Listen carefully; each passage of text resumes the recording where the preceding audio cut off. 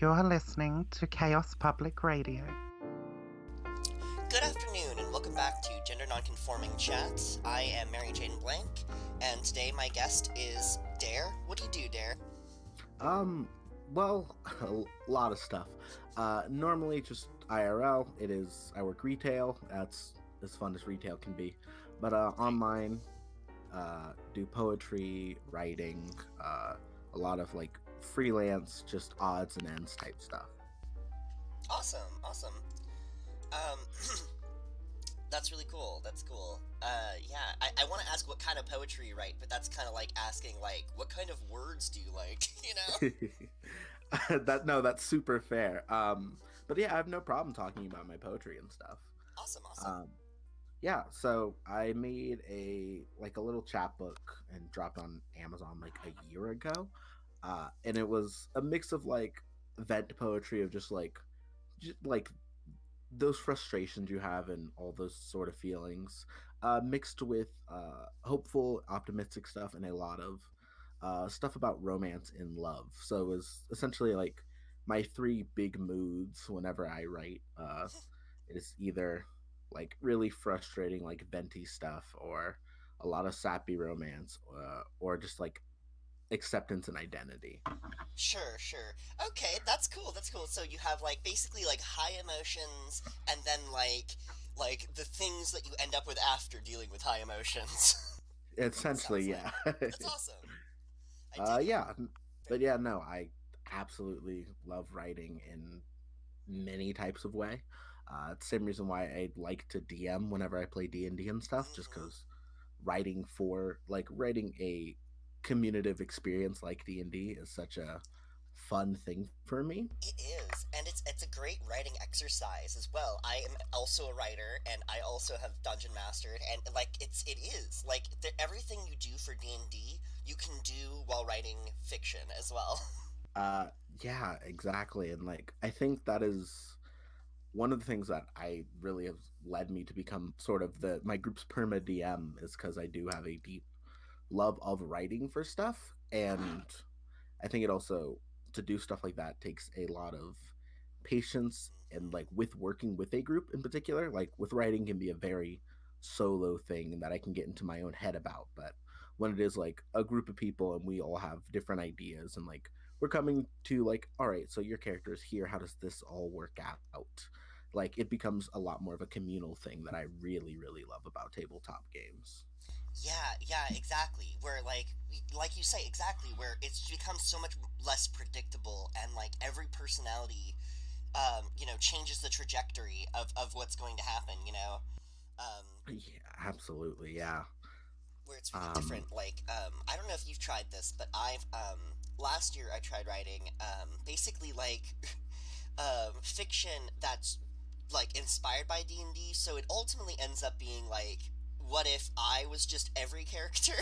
Pretty much, yeah. and like that's one level, because that's one way of exploring different characters and stuff. But yeah, obviously it's like a hundredth as unpredictable as an actual Oh, D&D session. especially You know. I have many horror stories from people like acting completely like the antithesis of the way I thought of like, oh, so logically, here's how this would all break down. Here's how this would end up, and here's like one of the maybe three ways. And then the group is just like, what if we just like leave right now? It's like, well, okay, well, Yeah, good thing right. I'm a decent improviser. For sure. Yeah, and like, I don't know how you got into Dungeons and Dragons. This is so funny. Like, this is so tangential to like. Hold on. Okay, hold on. Let me put a pin in this D&D chat for now. Okay. Let me ask the question that the podcast is named after first. I'm usually disorganized, but that's the point. Anyway, yeah. We'll talk about D&D the rest of the time, but I'm okay with this, yes. yeah, I have a lot. We have a lot to say about D&D. But yeah, so first question, just right off the general, um, however you want to answer is fine. What is your gender, or like, what's your gender journey then? Well, I am non-binary. I use he, she, or they pronouns. And I think mine is a little weird just because I like sort of I'm 24 now, so like I sort of grew up around the time when like homophobia was the real hot thing to do in like middle school and high school, like Hmm. when gay was like the classic insult and Well, stuff. I can say I'm 31, so like yeah, we don't cross over there. When I was in high school, it was still the thing. Don't worry. Yeah. It I predates. had a feeling it Yeah. never really stopped. No, yeah, it hadn't. um Yeah. It wasn't like a new yeah, thing, but yeah. yeah, but like so it was sort of like the most like easy thing that kids would get picked on, especially in middle school and high school. And like at that point I was pretty sure like I don't feel the same way like I do about girls and like I feel about people universally. And I've also like never really felt super like cis dude ish as well. And like there's that Right. real awkward sort of like intersection of like sexuality, gender, and like race stuff because I'm I'm a black person, and Hmm. like I'm large, I am big, I'm like nearly 6 foot tall, I have a big beard. So for a lot of that sort of time, it was always like not, like maybe I'm just a feminine gay male or something like that. And it wasn't until my current like my group of friends, which that I hang out with, and I started dating one of my partners who is a trans guy, and like he really like was really not pushing but very patient and like helping me like these aren't, I'll tell you as someone who's already trans, these aren't like normal cis feelings. And It's like, having had these thoughts myself, I can show you where these end up. yeah, and like so much of like my time on trans Twitter of like, I really relate, but not me though. And that was Oh God, maybe a yes. very funny part of like realizing it. So I was just finally like, maybe I am. And like that doesn't change too much about my general aesthetic or much about how I look on the outside, but inside I just feel a lot more fine with it. And like it's like I know like there's a lot of stereotypes of what it means to look or be non-binary, but like for me, if you took a picture of me pre and post like transition, I look mostly the same. I just my hair's dyed a bit more, but I feel internally just so much more free. Yes, yes. No, yeah, for me, that was kind of the thing that happened for me as well, was like when I started exploring like gender space and like identifying as non-binary exclusively, that was how I first came out. I went super masculine, and like so it was like, and I'd always been more in the middle, like sort of like that nerd androgyny, like Yeah, big t-shirt jeans kind of thing. yeah, I And know, I so get like that. so suddenly I had gone super masculine for a little while, and then I went like kind of the opposite, and I like dyed my hair pink and whatever. But like, yeah, it's like you say, like it just like opens up a space to explore where like you don't really know what's gonna Exactly. happen. Yeah. And like my general sense of like I like bright pastel colors, but I also Hmm. like having a beard and I like going to the gym a lot. I'm very like I like working out and being muscular Oh, and big. nice. So like there's this for me, I like being almost like a big protector energy, like a big teddy bear who could also, if needed, like help you out physically whenever you were in like a position that you needed help. And that is always something I've liked to do. Uh huh. It's my favorite thing about going out to the club and stuff. I have very much been that, hey, is someone bothering you type of person. Totally, um totally. because I know like there I can leverage both my size and like people have preconceived notions about the color of my skin and stuff. So Yes. if someone ever like, especially because I have a lot of friends who are also queer who are a lot smaller than me, I have no problem just like leveraging my height and like weight against someone of like, is this gonna be a problem here? Because that pretty much squashes anything very quickly. Hell yes, hell yeah. No, that's great. That's great, especially because, like you say, like just like how how using any pronoun kind of reflects this about you. Like you're kind of versatile in like what you're willing to do. Like you say, you're like a frozen teddy bear, like a frozen gummy bear. Like hard on the surface, but once you warm up. Exactly. Yeah. I love that, by the way. I think I will have to steal that at some point. Cool, cool. I don't know. I just like I think that's what it's like. Yeah. Yeah, no, it's I think fluidity and versatility might be one of the best ways I could describe myself just cuz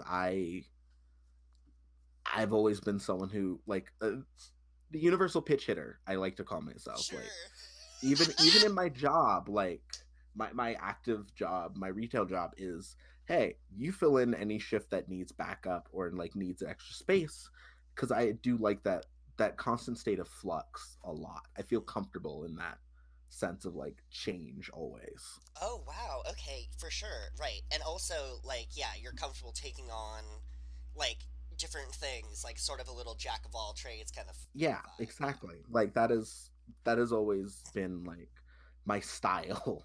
Hell yeah. Hell yeah. Yeah, no, that's interesting. Uh, like, think about, like, writing as well. Like, I feel like kind of feel the same way, because it's like when you write about stuff, right? Like, you kind of have to become a layman in everything. Like, you do have to kind of be jack of all to write about something, like, uh, I don't know, confidently. Yeah, like I I like approaching things from a million angles. There's so much fun in getting to see, like, not just through my set of eyes but through a million different set of eyes, because like nothing is ever as concrete as we think it is. There's always a little bit of nuance, and I'm someone who's always like to poke at that nuance and like pull it apart and see, like, just see everything from a million different ways. Yeah, exactly. Oh, yeah. That I respect that. Fuck yeah. Shit. So yeah, I did not take advantage of the obvious joke here, but I will transition to. So you say you are you perhaps might play for both teams or perhaps many teams. So what is your sexuality? I go with Pan. Once again, I think it's just, and I, the bi Pan discourse can be very, it for me it's mostly Pan was just the best term I had at the time. And it's just the one that's always felt comfortable to me. But like no shade to any sexualities at all, because I'm not that type of person. Hell But yeah, yeah. no, I Pan has always been the one that has always like hit me the best. Also, the flag colors for Pan are just a lot brighter, and that's why I like it. Interesting. I like that. See, yeah, my girlfriend feels the opposite. She likes the bi-color flags and hates the pan flag. So it's like Yeah, I like hearing someone with the opposite yeah, opinion no, here. my one of my best friends, she is bi, and we always joke about like it's mostly like she's more of a cool color person, and I'm more of a warm color Yeah, person, and that is pretty much our opinions on like each one. that's what it comes down to too. No, and like so having talked to a few people about this and having kind of gone both ways myself on it, kind of starting out more genderqueer and coming to a place where like going from genderqueer to like being a binary trans person, but like accepting that both are part of my identity. Like basically, that's what I've discovered is like either phrase kind of they're kind of interchangeable, but non-binary people always choose pan because it just like fits. Like that was how I came to it myself. You know, because it's like when you ask the question, when you are, you think about the labels, right? You're like, how can I define myself as gay or straight when I'm not even on the spectrum that like you're defining me Exactly. as by? Yeah, it's this. I like to step outside of the traditional line a million ways. Hell yeah. I like that. I like that. Okay, so I'm you sound like a pretty good glitter beard then, eh? Yeah, I've never done one. I think for Okay. Pride this year, I'm gonna have to like do that. That's the final step. That or dye my beard like temporarily, See that just for Pride. I was gonna say you say pastels, dyeing your beard like a Easter color might make more sense for you, but yeah. Yeah, like I for me it's always hair dye, just because I my job is very patient with the Mm. amount of weird things I do to my hair and the, like wearing makeup and stuff. Like I don't know if I could get away with like dyeing my full beard without that causing an issue. But Sure. Pride is those special occasions where I go all out in terms of like pure aesthetic bliss. Mm. So that is definitely the days where like maybe I'll do a dyed glitter beard for this upcoming Pride. For sure, for sure. I like that. You know, that is a a good perspective on Pride too. Yeah, for it to be your aesthetic bliss. Ah, that's great. I dig that. I love like fashion and color a lot. It's just retail's not maybe the best way of getting to express it. No, not at all. No, exactly. You are larger than whatever they thought like whatever they think people are supposed to be, which is really dumb. Because it's like, wait, but people fit what? It's silly to me. Like, Yeah, no, absolutely. yeah. Anyway, back to D&D. Yeah, this is what I was no, waiting for. no I had a feeling. transition. Yeah, I know. It's like it's the specter is just sitting there. Yeah, my book's just sitting on the wall staring at me, just like, when are you gonna talk about Yeah. this? Yes, I'm ready. Yes, yes, Um, yes. do you want me to start with like how I got into D and Oh D? yeah, that'd be great. Okay. College. I went to college in like what was it, about 5 years ago? Never finished, but Mm. I think the most important thing I got out of college were the people I met there.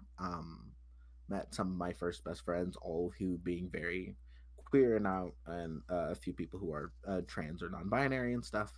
So this was like maybe my first expression with like gender outside of like traditional cis het like ideals, especially because I went to high school in the South and then went out to Colorado for college.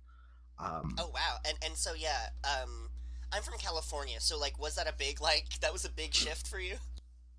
oof. Like I was a former army brat, so I did live a Ooh, few other places. But South Carolina is where I went to like the end of my middle school and like all of my high school. ooh, And okay.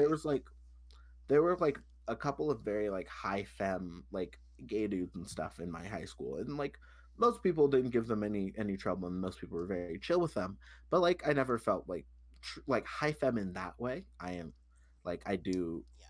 I do like my beard and stuff like that in ways that like just aren't traditional high femme. Um, so I very much like, and I was also still pretty closeted at the time. Um, but when I finally got out to college, it was suddenly like, here I am, completely new state, no previous attachments to the past. I can truly just do my own thing out here. You can do anything, right? Exactly. But yeah, I ended up meeting this really good group of people, which, in a very different, unrelated story that I might have to get into later, involves the video game Shrek Super Slam. I ended up meeting this very good group of folks, and they eventually like wanted to get me into the D&D group. Well, okay, okay. So Shrek Super Slam, and was that for the Wii? GameCube. GameCube. Okay, good, good, good. Even before, okay. Um, Yes. to Dungeons Dragons. You know what? It makes more sense than you think. Look, isn't Shrek just a D&D game? Is it? You know what? You know what? Okay, yeah. So let's. I can picture this, right? So if Shrek was not a movie, Mike Myers, Eddie Murphy, are just sitting at a table playing D&D, Yeah, and that's the characters I they make. that wouldn't. There's enough. At some point, I might have to trick my players into doing a Shrek campaign Yeah. or a Shrek one shot, just because that'd be a very fun prank. That would be amazing. Where it's like, so you go into the swamp to find the troll Exactly. or ogre, whatever you're looking for, and suddenly you hear some music coming from behind the door, and then you hit play. Somebody, just everyone get pissed Uh off at you. that's an April Fool's Day thing. Yes. I might have to keep in the back pocket. Mm-hmm. I will Same. credit you for that wonderful idea. Thank you. I know. Same. Same. It's just like, oh, too good. Oh God. Just Oh like, yeah. Lord. Put Shrek in your D&D campaign. I Nothing gets into there's a it. swamp coming up in my upcoming campaign, so maybe there will be some Shrek references just laid in there. You never know. You never know if there'll be a Shrek in a swamp. You know. Schrodinger's. Exactly. Wait, not Schrodinger's Shrek. Whatever. I think it works. Yeah. It's still. But yeah, uh, yeah, it was 2015, early 2015, so fifth edition was still really new, I think. Yeah. Yeah. It's like just Um, come out like the year before. I yeah, think. Yeah. yeah. So my friend had me join in, made my first character ever, and like it was a very fun campaign. Never like truly finished, but that is the nature of many D&D campaigns. And he has DM'd a few other campaigns that I've been a part of on and off. But I did that was when I also have my love affinity for half elves and stuff like that. Yeah. Uh, and at some point, I really need to bother Wizards of the Coast to let me write a piece on like half elves and sexuality. Um, Ooh, I like it. just because like I've always found like the elven aesthetic very interesting in a very non-binary way of like, oh, this is a race that is always like very pretty, prim and proper despite like gender ideals and like no matter what. And I've always like identified with that particular aspect of elf stuff, especially there aren't a lot of black elves in fiction. Right. um Yeah, and the drow are weird, like a weird example here, yeah, where yeah, they make and no sense from like why they're black, exactly. basically. Exactly. It's they're evil, so they're dark. Oh, Obviously, that's how fantasy obviously. works.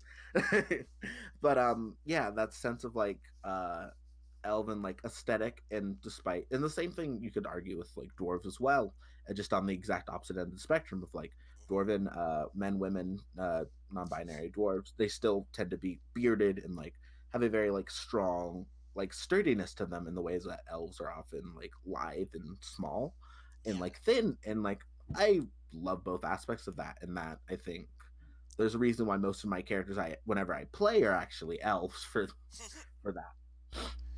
That's Um, interesting. That's interesting. Yeah, and like it's weird too because I'm like you're totally onto something because like my first character when I started seriously playing in D&D in 5th edition Adventures League, so like at a game store, was half elf, and like yeah, like there's yeah, something no, there. it's and the same thing.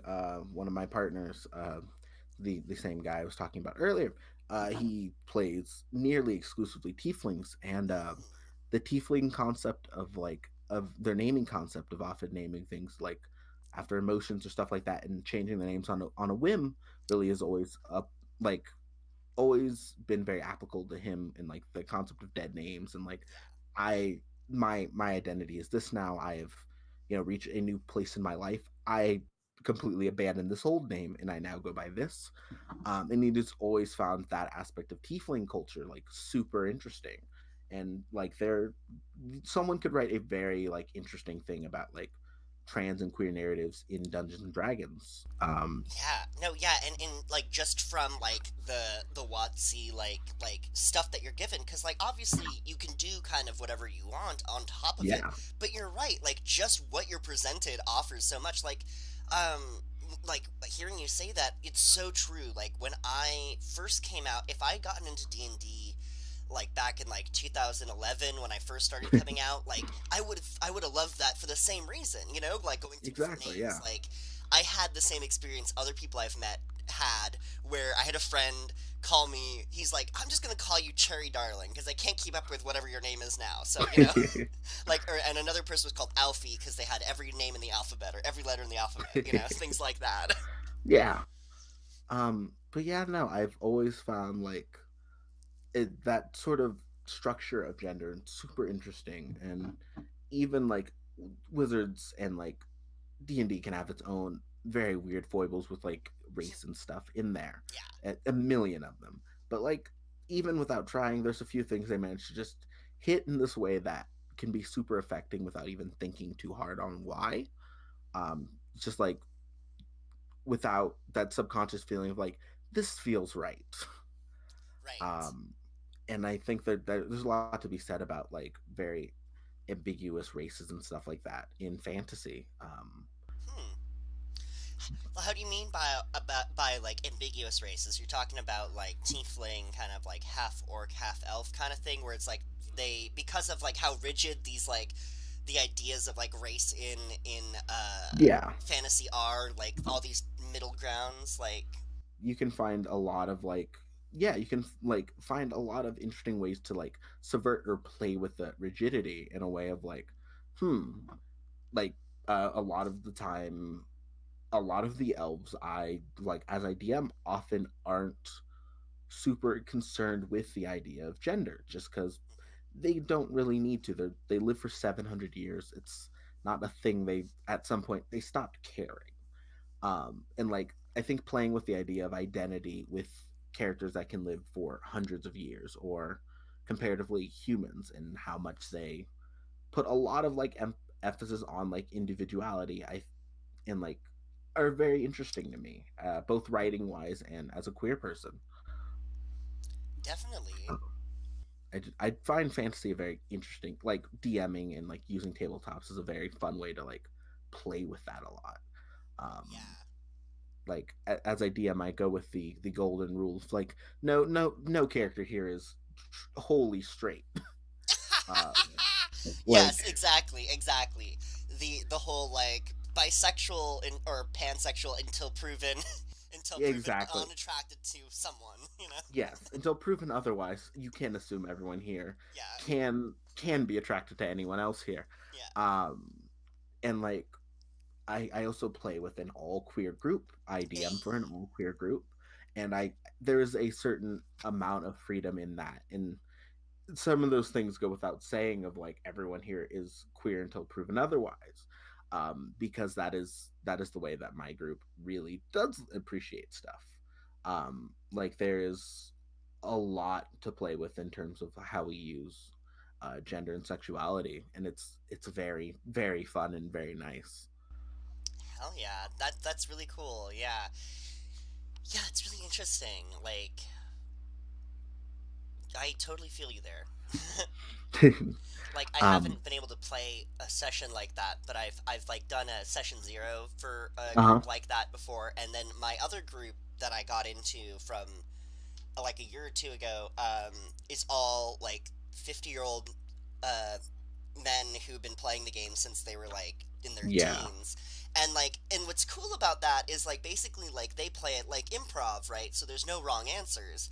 And so like even though they have their own assumptions, like they also understand I bring my own, like they can make yeah assumptions about me and my characters. Like none of my characters, all my characters have been women, and none of them are attracted to men, and like they can just make that assumption about my characters to the point that the DM yeah is definitely played to that.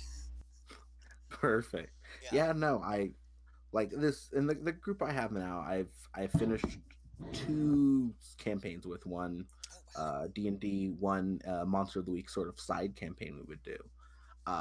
And like this I love them to death. They're like some of my best friends. And like there's always this sort of implicit trust that we have in each other. Like we will like always understand how far is too far. Like Oh good. there's a lot of very quiet lines that we all know not to tread over, which is why I super love playing with them in particular. And I think the inherent queerness of that made this a lot easier to gel with because it's D&D is super big right now, but it's sometimes hard to find a perfect D&D group. Yeah.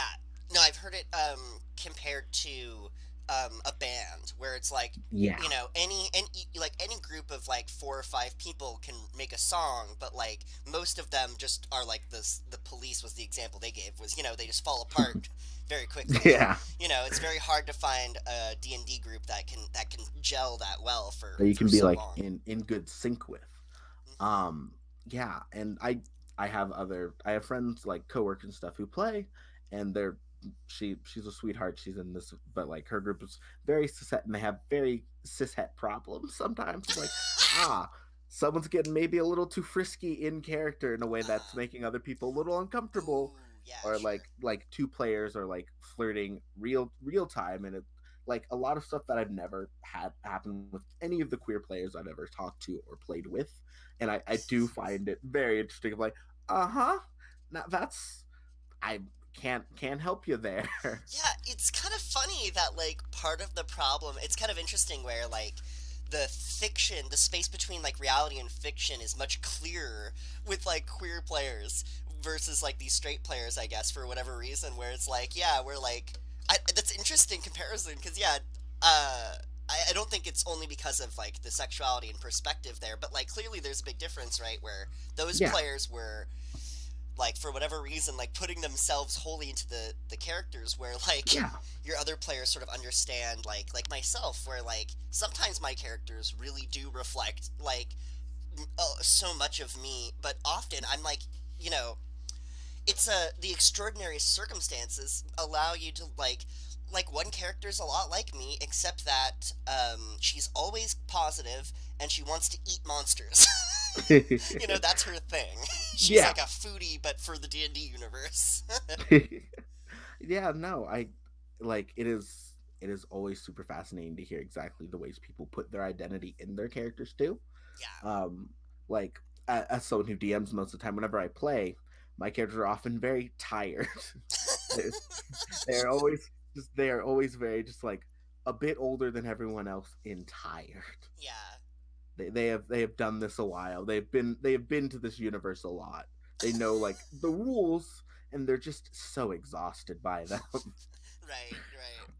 It has always been like, especially because a lot of my friends are like, and I'm not super like new to or super like experienced in the world of tabletops, but I'm someone who in my free time likes to read through and like consume a lot of tabletop content. Oh, for sure. um and like, so I am someone who like often is like, all right, I've heard of this game through this and this, and I've gotten the PDF, and I've read through it pretty well. So I like, even when my friends are DMing, sometimes they'll still be like, all right, so what's this one do again? And Uh-huh. like, I think that always reflects a lot of how I play, of like, uh-huh, yeah, I am the team dad who has been around for so long and just needs a nap.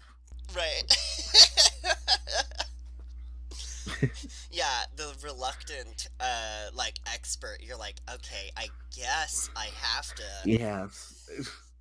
Like, if someone has to be in charge, I'll do it, but I'm Right. gonna complain the whole time. That's great. That's great.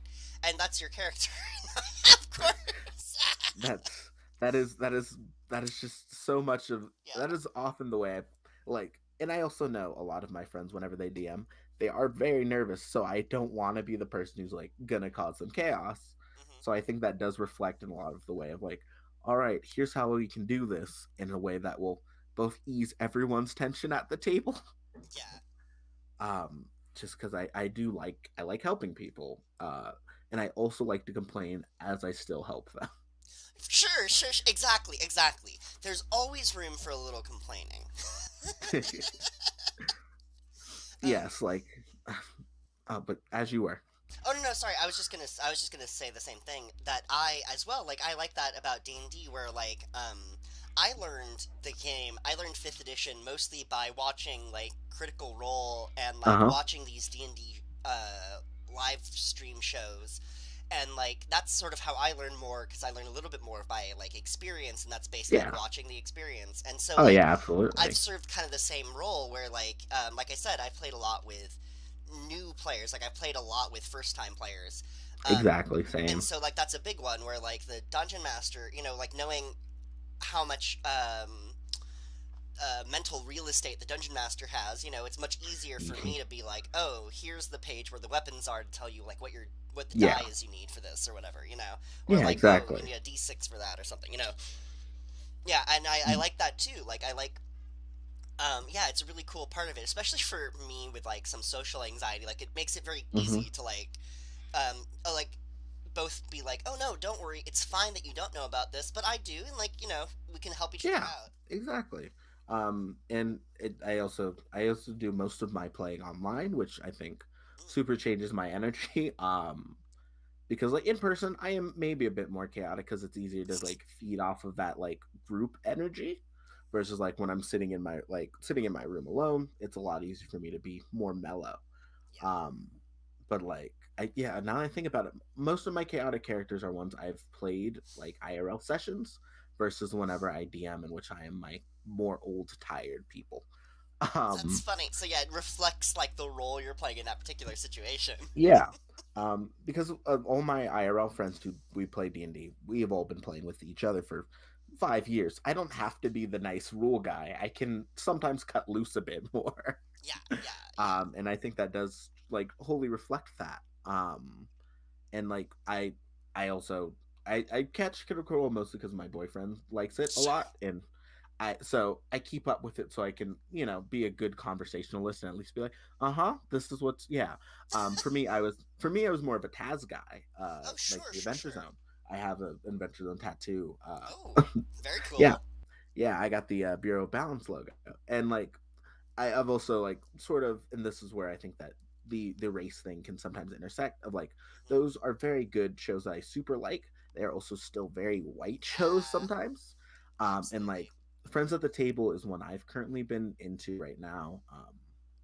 The DM is a guy named Austin Walker who is both biracial and bisexual, and like there's a lot more already. I can feel like there's a lot more queerness in that inherently just from his personal lived-in experience, and there are also party members who are non-binary and like actual players.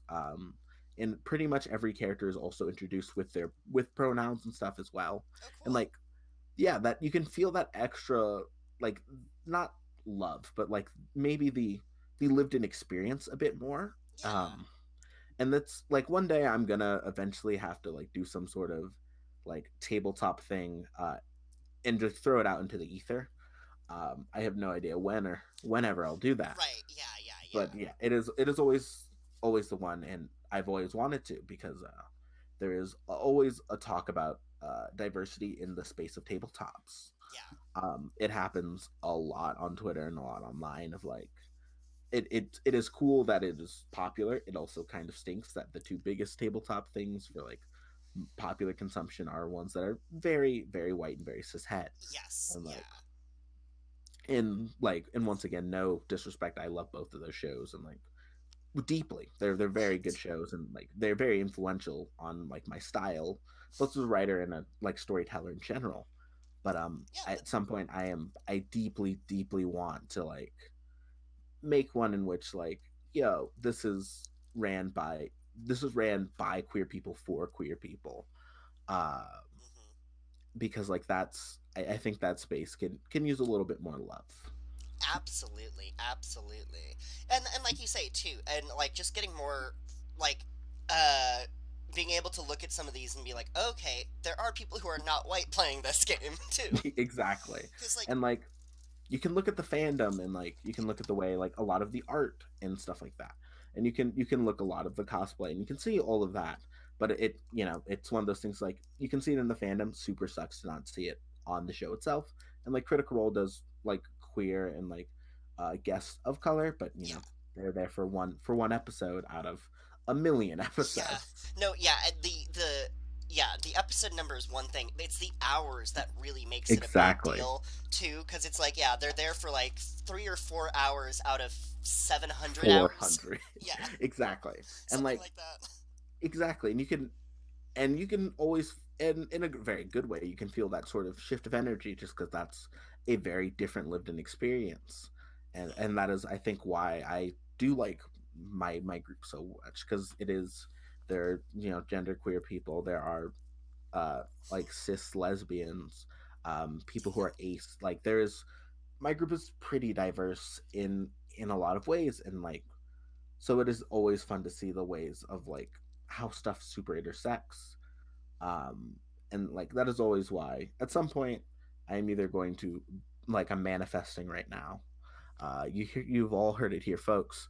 Yeah. At some point I will be doing some sort of very queer, like very people of color run tabletop Yes. experience, whether it be a Yes. game or a podcast or something like that, like, because I do like to see that representation for everyone out there. Hell yeah, hell yeah. No, agree completely. Yeah.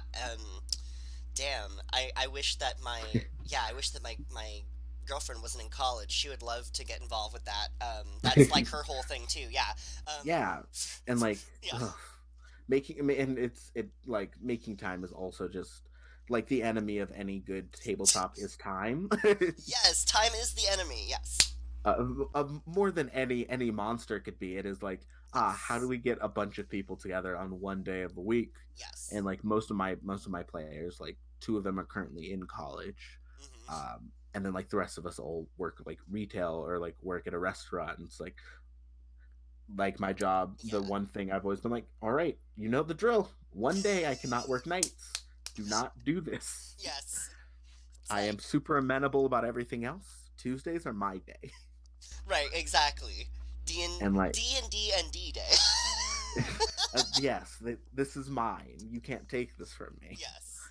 But yeah, no, like, and at some point I'm desperately gonna try to get like an IRL experience around too, just because like I do love that different, more chaotic energy of like playing around a table, at least when I'm involved. Yeah, yeah. Um, Well, and also like for me, so my background as well is in like so I went to high school for theater and I had a lot of theater training before then, and so yeah, like it's a big difference playing in person, especially uh like I don't even know how to describe, like I guess like a little more casual, like I yeah. take on the body language of my character, Oh you know yeah, what I mean? absolutely. And like And like there's a lot of that small stuff which translates and you can sometimes see it when you play online, but like when you're all in a group like in that energy together, it makes it a lot easier. We just finished my friend's 3-year campaign about 2 3 weeks ago, and it was a big thing in which like everyone who had been a part of it at some point came back. So it was like a party of 11 people hell playing yeah. like 15 characters. Whoa. It was literally a 12-hour day. Yeah. But like yeah, feeding off of that energy is really hard to beat, and like the camaraderie of like we're just gonna bring snacks, a couple drinks, and just like vibe and while we play and like take breaks and like you can feel you can feel how everyone's like ebbing and flowing with the day and like Hmm. easier as well in person. Like Absolutely, you can see if absolutely. everyone's starting to get tired and like wrap that up. And I do really appreciate that sort of physical aspect of it. Yeah, yeah. Same with the like you say, like yeah, the camaraderie of yeah. You know, it's true. I interestingly enough have gotten into D&D even more recently than you, and like I have had that experience of eating pizza around the table while we're playing D&D. I have grease stains in Yeah, my player's handbook to prove it. exactly. And like it is very much like it is very very nice to feel. It's that Stranger Things feeling, like at the Yes, very beginning of absolutely. like the show. Uh, like I do really love that sense of like community and camaraderie. And at some point, I'm gonna like really make it available for like the people close to me. Hell yeah. Um, because like I think there needs to be more queer gaming spaces in general. Yeah. Because like Critical Role is super big. They just hell they just had a they're just like partnering with Hot Topic or stuff. Oh really? they've hit yeah. Yeah. Yeah, no, their clothes just launched. They are like hitting mainstream. D&D is real big, and like Yes. Yes. gaming spaces and a lot of like game stores still, however, are like they have this very like cishet white dude issue in which Yeah. like you can sometimes feel super alien there if you're. Sure. And like I would love to like one day either like run some sort of queer gaming space or like get a place big enough to do a queer game night. And Hmm. even if it's not D&D, I just like I would love that local sense of community here and build out from that, because like I think tabletops are one of the best ways to sort of break out of your shell, and like even in a way of like just through the character that is still something. And like I think there's just a lot of love in that community that like the online community is really good at, but like sometimes needs work at the local level. No, that is so true. That is so true. Like that is a big part of the local group that I am a part of too. Where like yeah, the or not. I guess I haven't been a part of unfortunately, but they're really great. But yeah, so the game store runs like the weekly games, and then Yeah. there's bi-weekly games on Saturdays that are all run by this group of people, like by just like the dungeon masters themselves, and Hmm. it's so cool.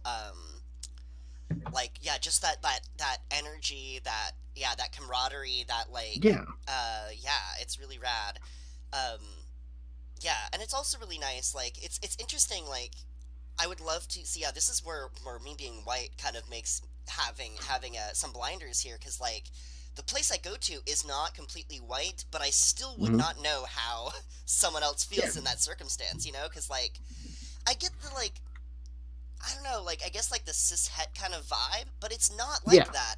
It's really more like everything is just under the surface. You know what I mean? Like Oh yeah. I don't come out as trans or as a lesbian, but like my characters are all queer, and like if Yeah. someone misgenders me, someone else notices. They're like, "Oh no, no, no, her." You know? Yeah. Yeah, no. And like my local one, they're often really sweet people, but it is very much like a bunch of well-meaning like Colorado white dudes. Oh God. And like super sweet, love them to death. A lot of them come to my store where I work. I know many of them, but like there is still that intentional blinder, and I know California is a lot better about that. And like and that's kind of why I would love to do one. It's somewhere like I'm like right outside Colorado Springs, so Mm, there are a considerable amount of like queer folks out here. But like the bigger game stores, like we don't have that huge one that can be very diverse. It's a lot of small comic book stores and stuff like that, right. in which they are pretty much all like they're very small, very cishet white communities. Right. Yeah. Um, Yeah. Because I'm sure it's like a lot of things like that, where it's like one dude has been running it for so long, or like one group of people, and like they're yeah, friends, and so yeah, like yeah, no, and it's just like so like even not intentionally, it's just sort of yeah, the exactly. way things came apart or came together rather. And like at some point I would super love to like make that kind of space where it is like inherently just feels more welcoming to people who feel a bit more on the margins. um Hell yeah. like I would like to at some point maybe have a place where like there's a D&D viewing night for like Critical Role or something, and like that sort of space for people to have like a watch party, and Mm-hmm. like I would Super really love that cash. type of thing. Yeah. Yeah. Just like a nice way. Super casual, like, cause even more casual than playing, cause like playing is still like playing is fine and fun too, but yeah, like just having a space where like just a bunch of like nerdy queer folk can kind of get together and Yeah, commiserate and watch some voice actors play D&D. yeah, you know. just food, relax, kick back, Hell yeah. talk. Like that I think that space it Definitely. can mean a lot, especially for people who feel a bit more on the margins. And most of the people I know who are super into Critical Role are very queer in some way, shape, or form, and like it must suck to not have like a public space to like sit outside of like cons and stuff to like, hey, let's can we all just get together and like watch this? And like online watch groups are great and I love them, but like I think that especially in a system and a game that is so built around like that local community, I would love to like establish that here. Right. No, absolutely, absolutely. No, for sure. And especially like you say too, you want to set up something like small enough to still feel intimate, but big enough so that like if It half the feels group didn't come, welcoming. yeah, exactly. Exactly. You could Yeah. still have it. Yeah.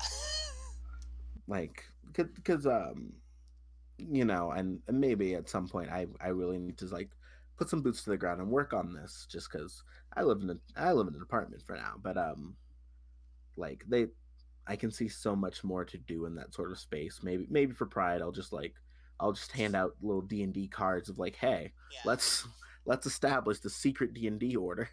Yeah, yeah, yeah. I like that, like those rainbow and symbols. Just like it's like Exactly. here, you know where to go. You know where to be. You know where to be. I love that so much. uh, It's actually really funny.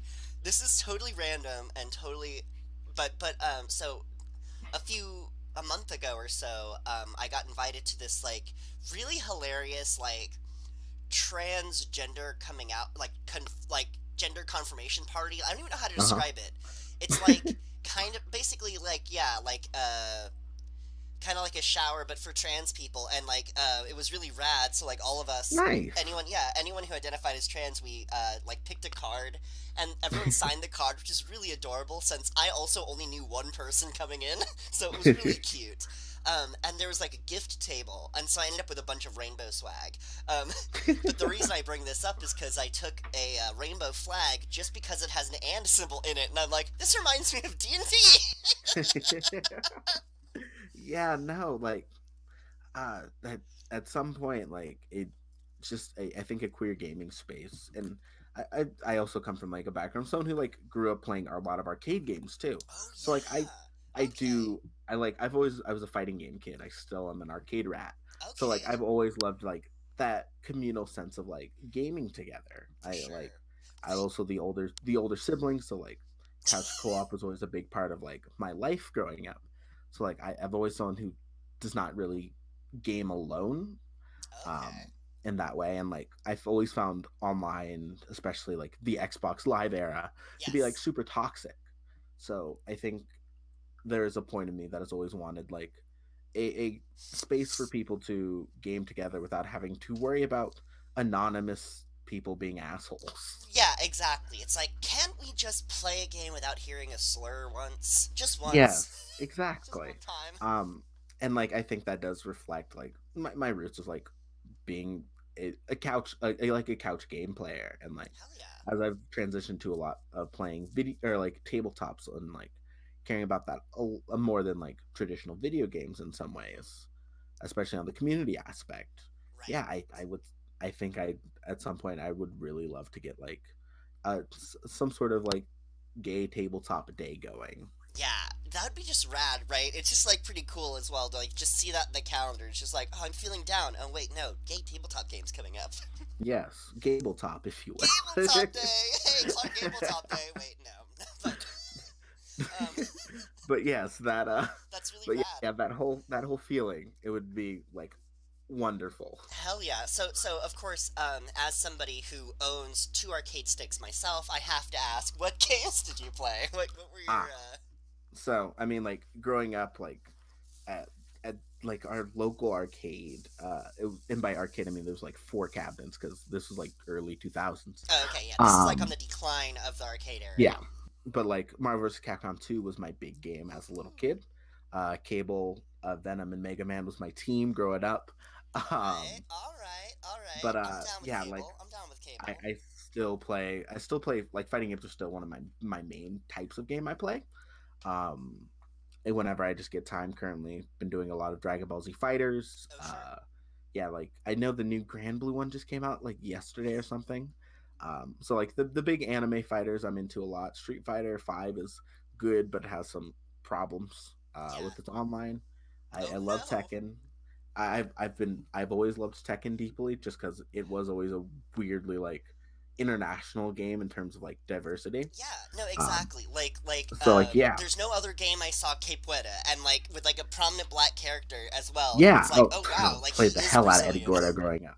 And yeah, I was also Tekken does that weird thing that I super love. Like characters only speak in their home native language. Oh my god, So like yes. it is always very funny of like, we're gonna have this person who only speaks Brazilian Portuguese talk to Yes. this man who only speaks Japanese. Yes. But in like the world of fighting, it's fine. No, exactly.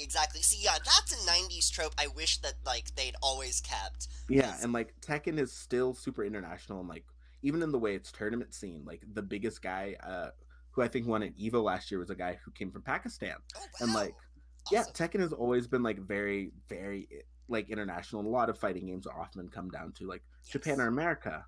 And like there's a few King of Fighters games which are pretty much like dominated by Latin America. I was gonna But say, Tekken is that weird one where it's like, yo, it's just gonna be wherever in the world.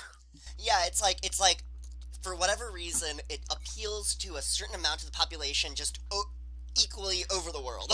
Like And whoever like plays it, some people find it. yeah, I think there's a lot of like love I've put into characters from different regions in a way that like I love Street Fighter. A lot of old Street Fighter characters were a lot of caricatures, They and are like exactly that. there's Yeah. and there's a goofiness in that is like in the same way that like a game like Punch Out would be. Yes. But like I think Tekken is one that is always like, all right, we're gonna make these Muay Thai guys massive and intimidating, and like treat them with respect, and like, as much respect as we're treating the boxer from England or Right. this, that, or the other. And like I do think that probably is attests a lot to that like international feeling of that game. Absolutely. And it's really true too. I feel like that is a big part of it. Like it's like the fighting styles they choose because I kind of agree. Like even as a kid, like everything about Street Fighter gives you that vibe. Like even the way that they like go to the different countries and the way they say their names. Like Yeah. for some reason in my head from playing Street Fighter 2, renting it from fucking Blockbuster, playing it on my Genesis, and like just the way they say like USSR, like it Yeah, just like right? it like And like there's a dancing bear in the background, and Gorbachev is hanging out too, because Right. it's like the capital of Russia, I guess. Yeah. No, Like it was exactly. always this very like silliness, and like I said, there can be a fun to that at some point, and like as Street Fighter's gone on, those characters are more fleshed out, not just cartoons. Yeah. But like I don't think Tekken, even from like the start, was like, no, these are like martial artists with a variety of styles from around the world, and like Yeah.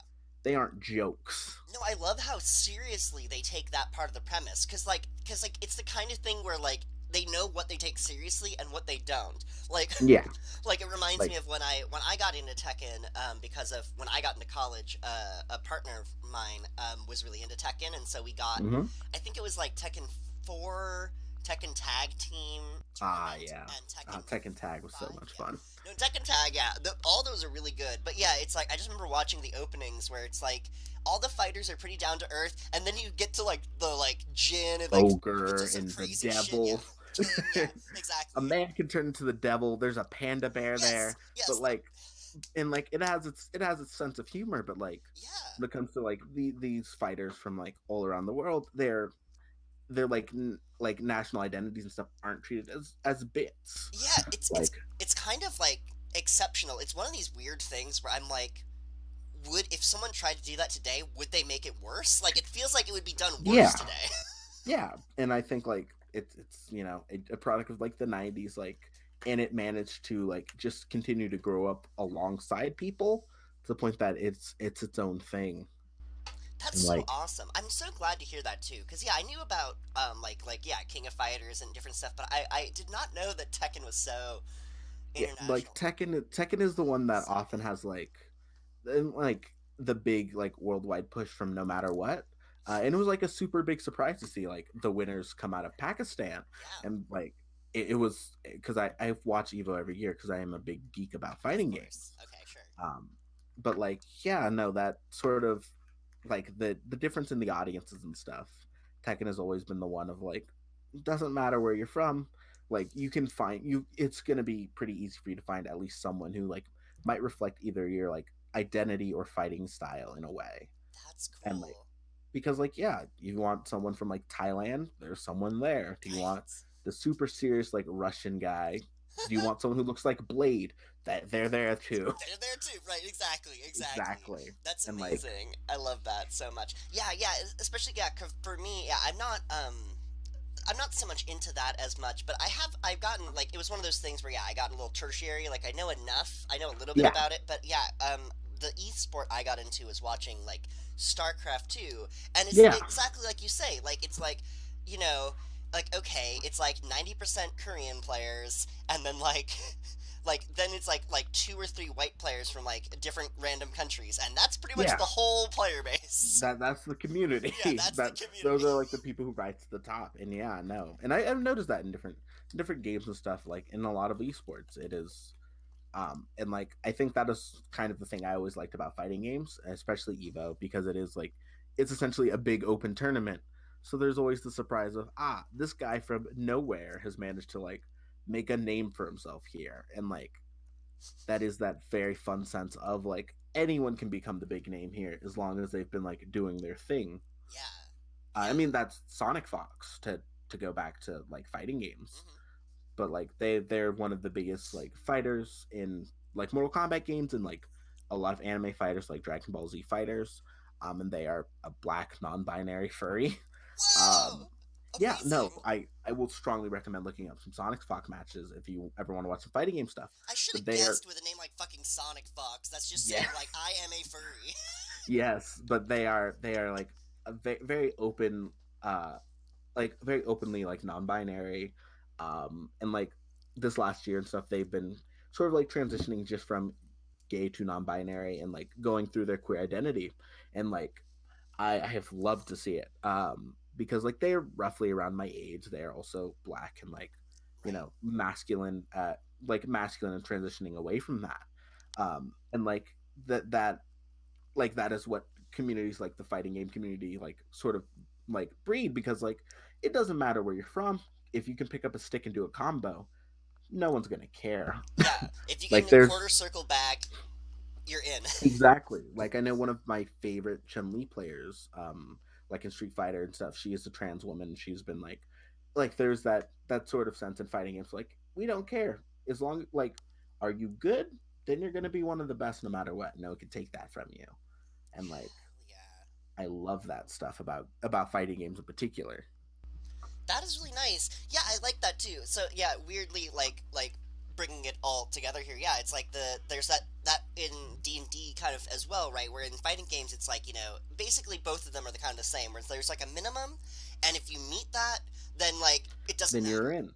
get in. Exactly, exactly. Where Exactly. yeah, Yeah, no, the barrier entry is, do you like to play? Then it does not matter. yeah, And I think that might be why I find that sort of stuff like interesting. And I know with a lot of online games, there's often that like internet component of like, is your internet strong enough to be viable? Because that can, yeah.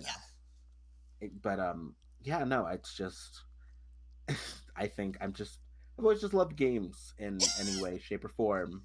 And Yes. like I think it is in a ways that I haven't fully realized yet really shaped a lot of my gender identity and like my identity with the nature of community. That is so interesting. Holy shit. You just like you just like flashed me back to being 5 years old and like so yeah, you just reminded me of exactly the same thing, how that connects to me where one of the first games I played was Streets of Rage on the Genesis. And Nice. yeah, and that's a big co-op one too, so I played that a lot with some of my friends. And this Hmm. is so like I was like 5 or 6 years old, I think, like 6 years old, I think, yeah. Well, whatever, 5 or 6 doesn't matter. Point is, like that age, and like I like we played this game a couple times, like because one of the things you can do in that game is like if you walk close to uh the other player or an enemy, you grab them in this Yeah. very like loving way, you know. It's like, and so we did this joke like quote unquote joke game of like getting married, and I think I always played the woman character, and then like and it's just the kind of thing where like I forgot about this and then you mentioned that and I'm like, oh Yeah, my nothing god. to break down there at all. No, no, exactly. No, and it reminded me because recently I've been talking about how when I was 9, I was like, oh, I'm gay, and then I never thought about it again, and then I was like, hey, wait a minute. After Yeah, saying no, that, like then I went into like a big depression after I stopped saying that. Huh, this seems related. It's there just like being maybe there's something to break down here. Maybe this needs to be unpacked. yeah, exactly. No, it's just like the being trans thing where it's just like looking back, I'm like, all those times I said I wish I was a woman, I'm like, oh, that actually, I meant it. Like, oh shit. Yeah, maybe there's something to me playing like a lot of really ambiguous looking characters. Yeah. Why do I like this character design so much? No reason. Don't worry about it. No, exactly. Like I think especially because like games are a lot of people's first way of like projecting onto it. Same with tabletops, like a way of projecting onto a new identity.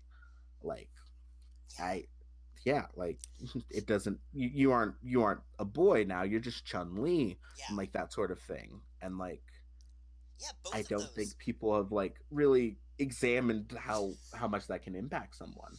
No, they really haven't. Cause yeah, you're right. Like in video games, just like in tabletop games, um, your identity as a player or character is fluid, right? If you Yeah, switch what game you're playing, right, you're like your identity changes every time. You know, it's like one exactly. Yeah, yeah, one day you're the Contra guy, and the next day you're Laura Croft, you know, or exactly. whatever. Keep it strictly '90s It's for exactly. no And reason. like But yeah, I do love that. I think about, and that might be like sort of the connective tissue between those for me.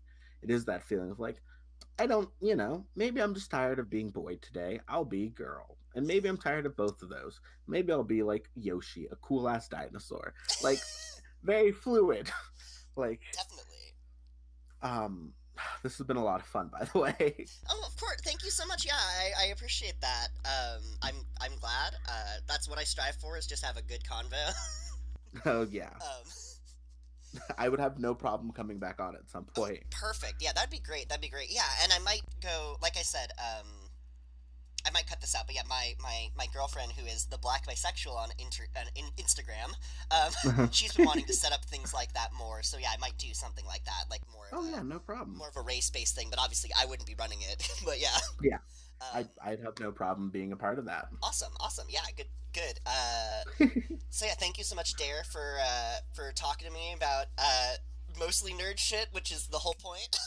Exactly. uh, gender non-nerding chat. Anyway, so is there anything you'd like to plug? You know, you sort of have, but you know, that's anything you'd like. Any if someone's listening, if what they'd like to check out of yours or whatever. So I mean, I am on Twitter entirely too much, so I'll just my Twitter is at dbomb54. Uh, that's where most of my stuff is, and you can find everything else through there. I have a million links to stuff in like my pinned tweet. Um, but yeah, no, if that is where I am online entirely too much. So if you want to hear me yelling about Super Tuesday this week, I've been doing that all week. Please tell me to chill and relax, somebody. But yeah, no, you can find everything I do from there. I post a million selfies and poems and links to everything else. Hell yeah. But yeah, Yeah, and I'll make sure to link to those in the descript as well. Yeah, yeah, no just to problem. make it simple. Yeah, and I'll link to your Twitter and whatnot. Yeah, thank you so much. Oh, no problem. Thank you Yeah, for super this. rad. This was a very pleasant, this was just very nice, and I really liked it. Thank This is you. also my first podcast of what I hope won't be the first or won't be the only one. Yeah, exactly. Well, yeah, no, I definitely will. We'll definitely talk again for sure. Okay. Well, thank you. I hope you have a fantastic rest of your day. That goes to everyone listening as well. Um, I Yes, love thank you y'all. so much. Have a nice, very queer day. In peace. Hell yeah. Thanks again for listening to Gender Non-Conforming Chat on Chaos Public Radio. Follow us on Twitter at Chaos Radio Cast. Support us on Patreon and Ko-fi. Both of those are Chaos Public Radio, and you can email us at chaospublicradio@gmail.com. You could follow me, Mary Jane Blank, at mjblank666. I'll provide links to Dare's information down in the description. And again, a special thanks to Mothcub, aka Lily, for our logo.